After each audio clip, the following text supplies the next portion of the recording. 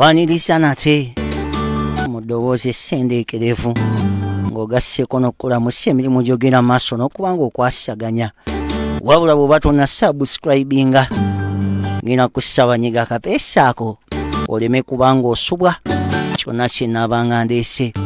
Naawe alinamu obuzibu mu nsi y'omukwano ayagala ogitegeera ng'ogasseko n'ogivuunuka.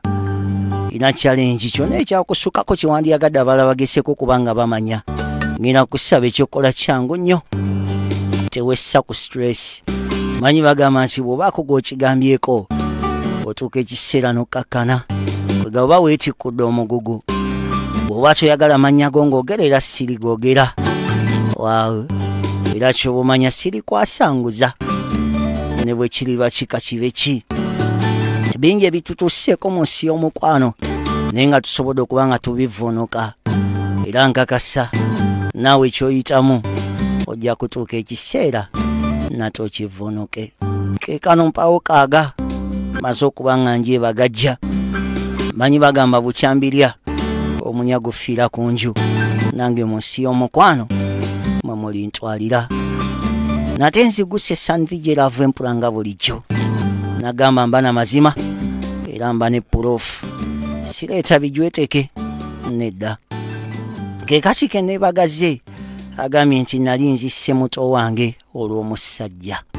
Katonda wange manyi laafu erina amaanyi abasinga ge mutasobola gesaako tegeera, naye yo sijja kulandagga nnyo kantandikire wano. Agamba nti tuli abaana 5, abawala 4, omulenzi omu, era ng'amannya gange yenze Grace ate muto wange ye Sise. Agambye nti ekyalo kankirekera ava empula kubanga munaye ku kyalo twali tumanyikiddwa. Ku kyalo taata yali chairman. Ensi ya laavu yo temanyi baana b'abagagga, temanyi baminisita, terina muntu yenna gwe wakitiibwa. Laavu bwebezze era bw'obanga ogisisinkanye manya nti at least obalibwa ng'omu ku bazira abasobola otegeera obuwoomu obuli mu kintu kino. Keekati no mukasi aka n'agamba nti bino si byakusaaga oba kusinika binnyo, nze nakula ng'ekyange kiba kyange. Agambye si byakusaaga ye yakula ekikye kiba kikye, nga keeba essowaani eyange eba yange, era nga newaka bakimanyi nti kaabe mugenyi eya Grace tebagikwatako. Nali muntu wa ddembe era nga njagala nnyo baganda bange, nga tubeerawo ekiro mu kiyungu nga tufumba ne tukuba emboozi ne tusaaga, naye nga mbagamba nti nga bwe saagala kunkwatira ku byange kyekimu ne bwe ndifuna omusajja ndiba saagala mukwatako. Baasekanga naye nga nze nalinga siriyasi lwakuba bo babitwala nga byakusaaga. Sikulwise eraavu empula ebbanga lyetoolola. Twakula era twali ba mikwano nnyo kamala. Nga maliriza emisomo gyange mukwano gwa taata yanfunira omulimu e Kampala era bwentyo nenzija. Mulimu gwali mulungi era ku mulimu eyo gye nafuna omusajja gwe nayagala ennyo kamala ng'ewava erinnyo.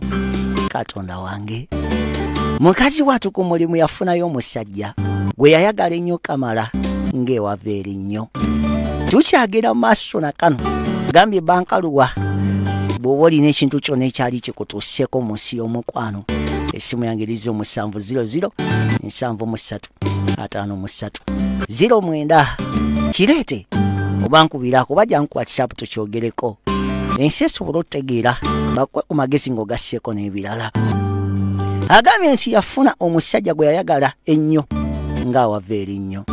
Agamba nti sisita wange ayitibwa Sise bwe yamala sini ey'omukaaga namuleeta ewange awummule. Nga bw'omanyi embeera y'ekyalo ate n'ewange buli kimu kyali kyatereera. Kaali kawala akalabika obulungi era ng'abasajja kyali kizibu gye bali. Saamanya nti ate ono gwe ndeese lumbe lwennyini mu maka gange. Kakyala kalungi kye nsobola okugamba Laavu Empula. Kakyala kagumidde era kakyala buli musajja ke yandiyagadde. Ekituufu saamanya nti ono gwendeese agenda kwonoona obulamu bwange ng'ogasseko ne bba wange. Naye nali neesiga omwami wange era nga nkimanyi tayinza kubaako kyagamba Cissy, kubanga munnange bba wange musajja wa nsonyi ate musajja alina eddiini nga mmanyi tayinza kubaako kyagamba muto wange. Ebbanga lyatambula ne batandika okufuuka ab'emikwano. Laavu Empula nkakasa era nga ndayira omwana ye yatandika bba wange, kubanga nsinga bwe mmanyi bba wange musaatu atya n'abakazi. Katonda wange agamba nti ke kaleeta emboozi eri omwami wange. Nalinga musooka okudda ewaka, ekiseera kyatuuka nga munnanga nsooka. Kino kyannuma naye nga munnange siina kyakkola nga nnyinza okyogerako nendeeta obuzibu. Mukwano gwabwe gwasandika okweyongera era batandika okukwatagana ebyaddala. Mukazi wattu bambi banaye ku nsi ya Katonda Laavu empya bwe beemulisa giraba edduka. Buli kimu tewabeera nsobi, buli kimu omuntu kyakola kibeera ddala kisufu nnyo kamala. Mukasi wattu agambye nti baatandika okubeera ab'emikwano ennyo okamala. Bba wange amazima gali nti ssente azirina, ate nga bw'omanya abawala b'ekyalo bw'omulaga ssente ekikye kiba kiwedde. Yatandika okkawa ku ssente ne katuuka ekiseera nga nze tekakyansaba ne bwe kaba kagenda mu nsonga tekaagala kumanya binkwatako, kubanga mu kusooka kaali nga kasaba nze naye katuuka ekiseera nga nze tekakyansaba. Naye nkimanya wano omugagga alabika assaamu ssente. Bambi agamba nti olumu nakuba essimu ewaka nga tebaliiwo, nenkubira bba wange ng'essimu takwata, nenkubira sisita wange banaye nga ne Cissy essimu takwata. Bambi naye agamba nti nga wayise akaseera bankubira essimu era ne baŋŋamba nti babadde balina we balaseeko ng'essimu baziresse mu mmotoka. Laavu Empula omutima gwannuma ne mpulira nga njagala kubatuga naye nga ntya nga ŋŋamba nnyinza okyogerako ate nga si kituufu. Katonda wange golooza baali bakola ki ekyateesa essimu mu silenti, kubanga ebiseera ebisinga ekigiyisa mobile phone kiba kitegeeza nti wodda naye weeyina okubeera. Bwe mba nimbye ojja kuŋŋamba nti olimbye, naye lowoosa nga muntu mukulu goloosa baali bakola ki ekyateesa essimu mu silenti. Agamba nti baatandika okuyita we bandikomye, nalaba nga basekaaseka nga muli kinnuma.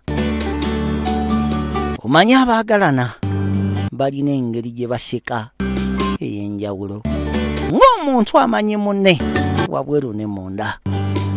Nina we nabasanga mu nnyumba ng'oli enkwata gy'akutte munne, bannange nedda situganye mulamu naye kyali kitandise oyita we kyandikomye.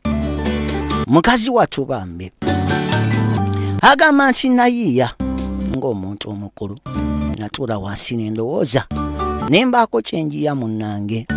Nayita Cissy nga ndi mu nnaku ey'amaanyi ennyo kamala era ne mmutuuza wansi ne mugamba munnange taata Naaki baamukebedde ng'alina siriimu.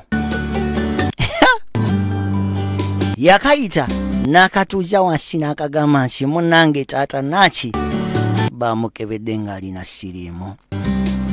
Nga ndi mu nnaku ekyagambiika kantunuulira kirabika ne kabirowoozaamu ne kikasukkako ne katulika ne kakaaba. Kyakasukkako ne katulika ne kakaaba.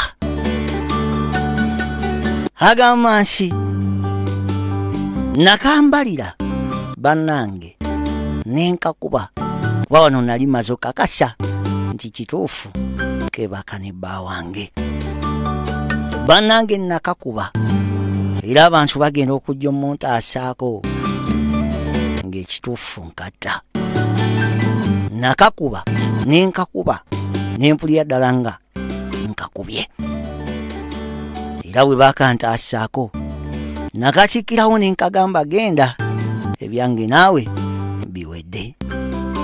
Kino omwami kyamuluma era yasigala agamba nti omwana nkubye wa bwereere neera nga bw'omanyi nti enkima tessala gwa kibira yali tasobola kugamba nti nkakubidde ensonga. Mukazi wattu omanyi teri kibi nga kubeera na muntu ng'okimanyi nti akusinga obulungi olabira ddala ng'essaawa yonna tolina security emala.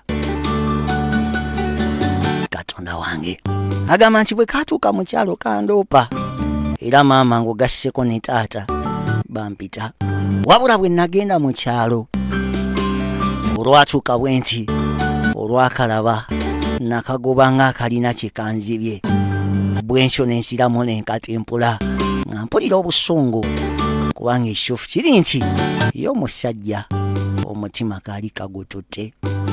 Naye oluvannyuma lw'ebbanga nga mmaze okwogera ne maama nakeesonyiwa era ne mutima nenkasonyiwa. Mukazi wattu agambye nti oluvannyuma lw'ebbanga yakeesonyiwa era ne mutima nakasonyiwa. Laavu empula kaafuna omusajja era kazaala n'omwana lwakuba omwana simulabangako. Nze muli ndowooza nti oba omwana oyo wa bba wange kubanga munnange si kyangu kwawula baagalana. Mukazi wattu bambi alowooza nti oba omwana oyo alabika wa bbaawe. Katonda wange kyo kituufu si kyangu kwawula baagalana. Maama nyawo bba wange twatereera n'ekituufu kiri nti omutima nze ndaba gwandiba nga teguvangayo kubanga alina olumu lwatuuka n'ambuuza bannange ye sissa ali bulungi mwatereera bulungi nga nkimanyi tambuusa lwakuba nti no ki ambuusa lwakuba nti omukwano gwalina gyali gulabika nga gwa njawulo. Kyekituufu namusonyiwa era olumu mmanyi n'okumuweereza ku buyambi naye nga ye bw'alibaamu amagezi taliddamu kwagala musajja w'abandi. Bw'alibaamu amagezi alifuka singa kuwe n'abeera n'oyo olubeerera. Katonda wange si byangu naye baaba mukazi wattu ekibuuzo kyenjagala okubuuza bw'obeera ggwe okola ki n'okizuula nti muganda wo ayagala omuntu wo oyinza kukola ki ng'otegedde ekintu ekyo nti muganda wo akwagalira omukyala oba akwagalira omusajja? Osobola okomentinga awo nagambye gwe alinamu obuzibu na mu nsonga z'omukwano ku 0700 737 5309. Mbaagala nnyo nate nagamba gwe ayagala okulaba ku firimu bw'omukwano jangwera ku WhatsApp yeye namba. Wow.